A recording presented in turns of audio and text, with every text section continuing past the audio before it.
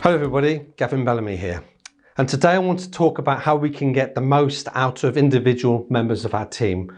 I've looked in the past at developing team, now we're going to look at individuals within the team.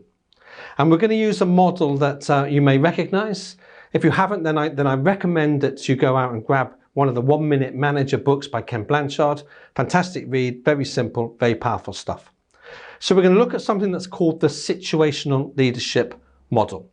And as the title implies, it is leadership based on the situation that individuals are in. So I'm going to talk you through very quickly. So there's two aspects to this. There's the directing that's going across the top, the level to which you need to direct members of your team, and also the level of support. So we've got low and high direction and low and high support. Now the key thing about this is that we're talking about members of your team in a particular role. It's not the members of the team in themselves. So in other words, we may find somebody needs directing, coaching, mentoring, or we can let them delegate in some aspects of their work, but they may be in a different place in others. So the first thing that I would advise us to do is look at where people are in their competencies for the various areas. And let's talk through these key areas. So directing is where you as the business owner are having to tell these particular team members, individuals, what it is that you need from them in the business, what they need to do to achieve. Now, that has the result of getting things done, but the downside is that it's heavily dependent on the business owner. It's very time consuming and it's energy draining. Now, we can do some work around that by putting systems in place, which in effect replace the direction, the personal direction, and move things forward. But direction is going to be necessary at certain times. The question is, do we find ourselves doing it, or can we put systems in place to facilitate that? We then move on to coaching, where people have a higher degree of competence and confidence in what they're doing. And by coaching, I'm talking about drawing the best out in individuals. They reflect on what they do well and what they could be doing better.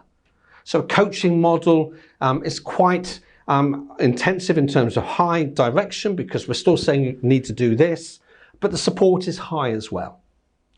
In a coaching situation, individuals have the opportunity to grow and develop. So their competency will improve and their confidence will improve. We move over to mentoring.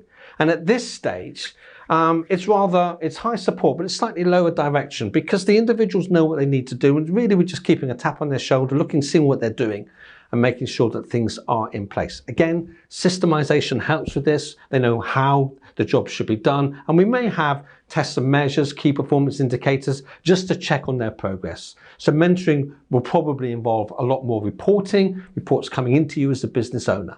Have you got that in place at the moment? If not, let's have a look to see how we can get those into place. And then finally, we're moving down to delegation.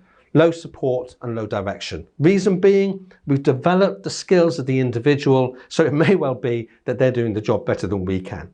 Remember when we came into business at the beginning, we had the sales, the marketing, the operations, the finance, all of those hats.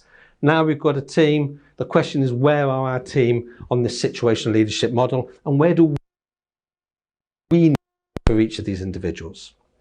So if you're looking at this and you're thinking, I need to do some work on this, I need to understand this a little bit better, I want to do an analysis of my team and their skills, then drop me a line, make a contact, and I'll come along and we'll have a look at your business and we'll see where your team are and what we can do to move things forward.